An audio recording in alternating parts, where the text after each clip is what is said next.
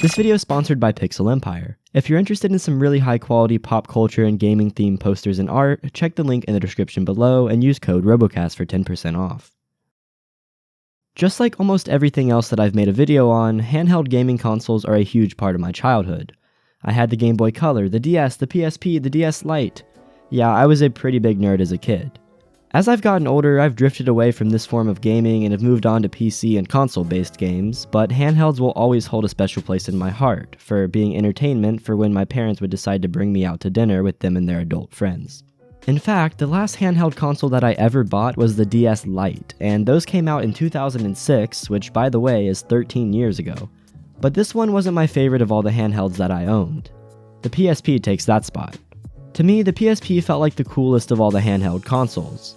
While yes, Nintendo handhelds had all the awesome exclusives like Mario Kart and Mario Party, the PSP had SSX, Ape Escape, and Secret Agent Clank, the awesome Ratchet & Clank spin-off. These just seemed way more interesting to me back in the day, and while I did enjoy the Nintendo games, I usually would lean towards these ones. So it may be surprising that when the PS Vita came out, I didn't buy one. In fact, a lot of people didn't buy one, and the Vita ended up flopping pretty bad, and Sony stopped production in 2019.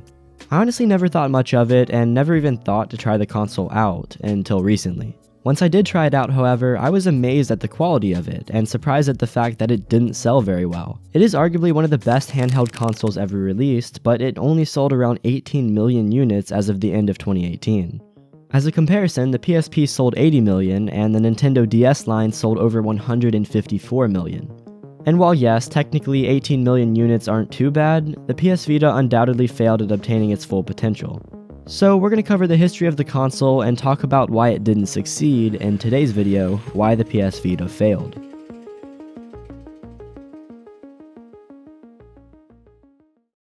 So the story of the PS Vita begins with its predecessor, the PSP.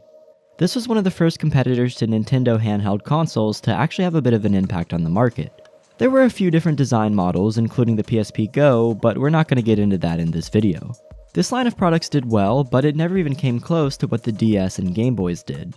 Regardless, it was a step in the right direction, and Sony saw an opportunity. So, in 2009, rumors started to arise about a PSP 2, or a successor to the previous one.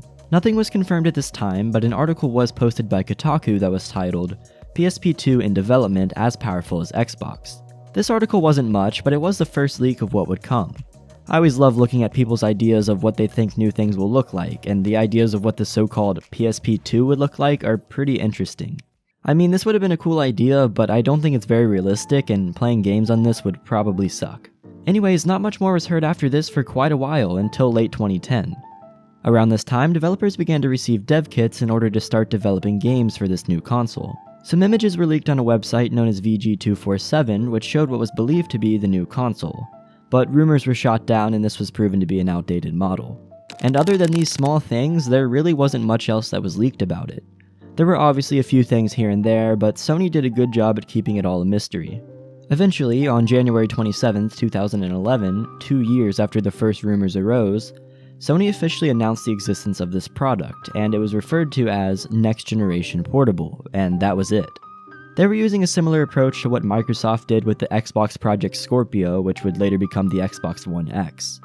In a Eurogamer article that was written at the Sony conference in Tokyo at the time, more information was revealed about the details of this Next Generation Portable. The console was expected to have the best display ever put on a handheld console, dual analog sticks, and PlayStation 3 quality visuals.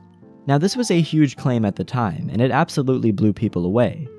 Obviously, it ended up being a bit exaggerated, but the visuals were still fairly impressive.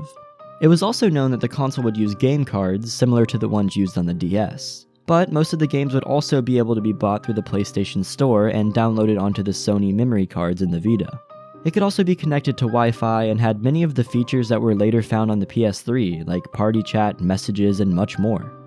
Sony claimed that there would be a large number of games that were out upon release, and more coming straight afterwards. The known titles included Little Deviants, Uncharted Golden Abyss, MLB 12 The Show, and some others, making the initial lineup only 25 games.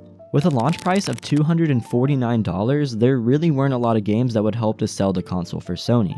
They promised that more would release down the road, but again, there was no telling when those would come out.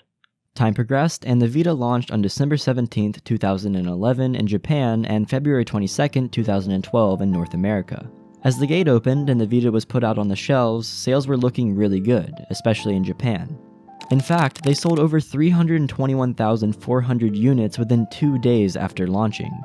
Plus, in America, they sold around 200,000 within the first month of the launch. Things were looking really good really fast, and people were excited to see how the sales would continue. But as more people began to use their new Vitas, they began to discover a problem. Remember those Sony memory cards that I mentioned earlier? They ran out of storage pretty fast, and upgrading to a bigger one was extremely expensive.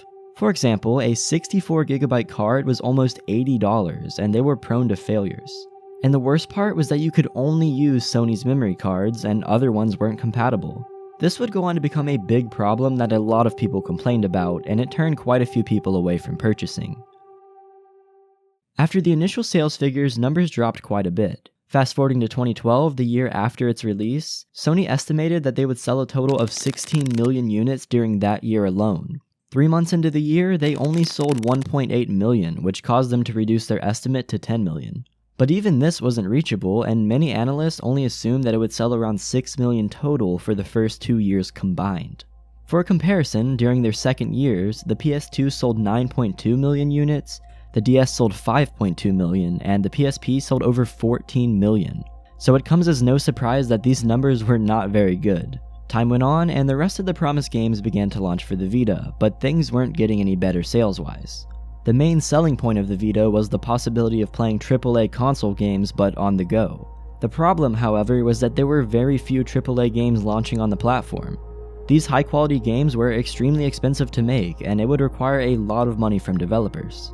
But developers didn't want to spend the money to develop these games for a console that wasn't selling very well. They would much rather develop something for the DS, which is much cheaper and has the opportunity to sell to many more people.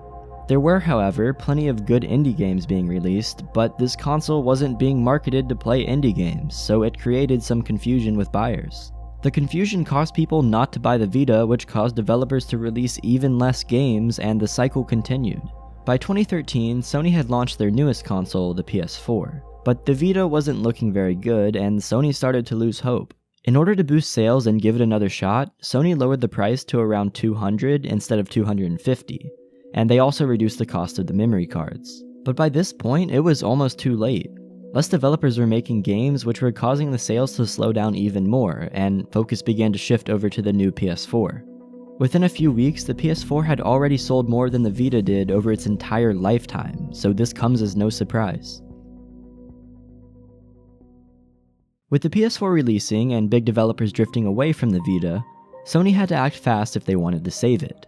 As stated in an interview with the president of Sony Worldwide Studios in 2014, there are lots of new Vita games, you can go and find little gems, and there are lots of exciting games, but it's not about individual Vita games anymore. It's more about how the Vita can have multiple uses, with PS4 Remote Play, PS3 games, PS Now, and dedicated games. The whole ecosystem with the PS4 at the center, the Vita is a part of that. So, they began trying to implement it with other Sony products, such as Remote Play with the PS4 and another form of couch gaming with the PlayStation TV, which, by the way, also failed. They still developed their own games for the console, but not nearly as many as they initially promised. There was still an amount of good indie games being added to the Vita, with games like Minecraft, Spelunky, and Ollie Ollie being released on it, but again, the console was marketed for AAA games, the ones that they weren't getting a lot of. After this, in a 2015 developer session, the president of Sony Worldwide was asked if there were plans for a successor to the PlayStation Vita. He stated, "So I hope, like many of you, that this culture of playing portable games continues, but the climate is not healthy for now because of the huge dominance of mobile gaming." So he basically confirmed that there was no follow-up to the PlayStation Vita. From this point on, the future of the PS Vita went under the radar.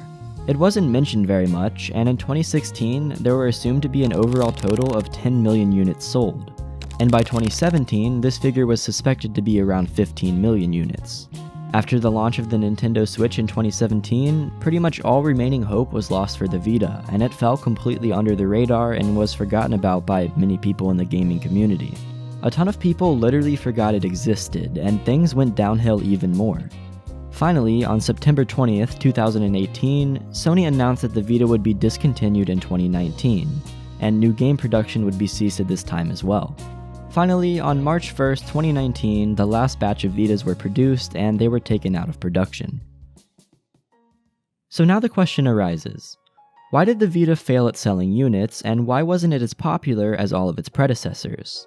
And there are a couple of reasons for this. First of all, it has to do with the games.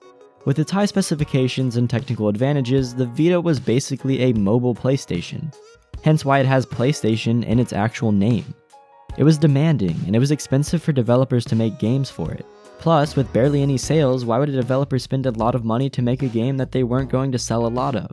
This problem gets even worse when you look at the consumer side. Why would someone buy a console that didn't have many games? It was a never-ending cycle that prevented new players from purchasing it. There were some really good indie games and visual novels that were released, but these types of games on a handheld console only appealed to a specific niche, and it wasn't going to get them a ton of sales. And that's exactly why this console did considerably better in Japan. On top of this, there were the big issues with memory cards for the first 2 years of the console's life. Everyone in the community knew that these cards were expensive, and it created a much higher entry cost for someone trying to get into using the Vita. While yes, they did lower the cost eventually, it was pretty much too late at that point. Before this, the Vita alone was $250, the cards were $50 to $80, and AAA games were over $40 each. Why would someone drop that much money on a handheld console when they could spend the same amount to get an Xbox 360 or PS3? It was a good product, but it launched at a bad time for a bad price. It was basically too good for its time. But one of the biggest problems with the Vita came with its marketing. It was constantly marketed as a way to play AAA games on the go with amazing graphics and console-like performance. But there weren't many good AAA titles, and a majority of the good games were indie games, arcade games, or JRPGs. People really don't buy handheld consoles to play immersive AAA games for hours and hours on end. If they wanted to do that, they would buy a home console and would prefer to play it on TV rather than crouched over a small screen. I feel like Sony missed the reason that people would buy a handheld console. I mean, look at the most popular DS games. Animal Crossing, Pokemon, Mario Kart. They're all games that you can play for short bursts of time and save your progress. Are you mid-battle in Pokemon but you have to go? Close your DS and pick it back up later to finish. You couldn't do stuff like this in Uncharted or Borderlands 2. These games were all time commitments that required a ton of thought. If Sony would have marketed this console as a real handheld console and not a portable home console for AAA games, it definitely could have sold much better and it could possibly have a successor out today. I like to reflect on anything nostalgic and gaming related, so it comes as no surprise that it's a big part of my life. So, in order to show that, I decorated my room with stuff related to it. Stuff that I got from Pixel Empire. See this awesome canvas? That's exactly where I got it from. Pixel Empire is a website that sells a ton of really high quality gaming and pop culture art, decoration, shirts, and more. I've worked with them quite a bit in the past, and I actually stand behind what they sell.